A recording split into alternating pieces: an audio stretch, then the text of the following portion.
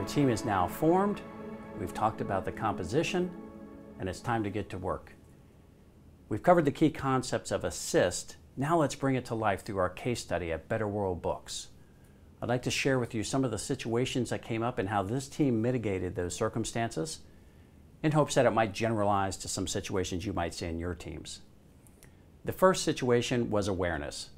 As you remember, the advice for putting the team together was identify strengths and weaknesses, and especially weaknesses so people could develop it on their own and other people could help.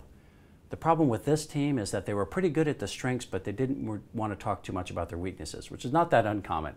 Usually a little more shy, especially when teams first come together. So I spoke with the project leader, John Bon Jovi, and we suggested that they have an open dialogue about it with him leading and me leading in terms of identifying our weaknesses and tying them to our personal development plans. An informal meeting on this and identifying who might be good at it in terms of being an expert and leading while others would shadow and follow really changed the awareness and also the culture for the team moving forward. The second issue that is very common was workload.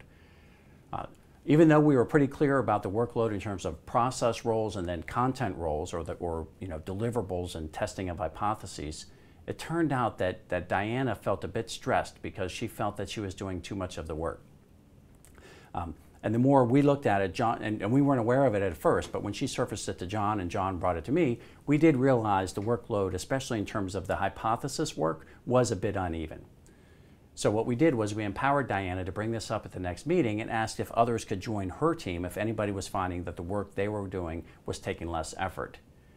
That actually worked out pretty well. While a few of the work streams we were on were going to be eliminated because we weren't getting evidence that it would work that way, and then we changed the team assignments.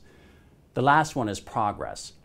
So John knew people were working, but they also felt they were getting distracted, and he wasn't sure exactly what was getting done by whom and on time. So he decided to get a bit more operational, created a shared Excel document where people can put in what they're working on, how much time, and update it on Sunday and Wednesday nights. This allowed him to have a clear idea of deliverables and also gave the big picture of workload, and they were able to feed it back to me and give some compliments to people when they made good progress.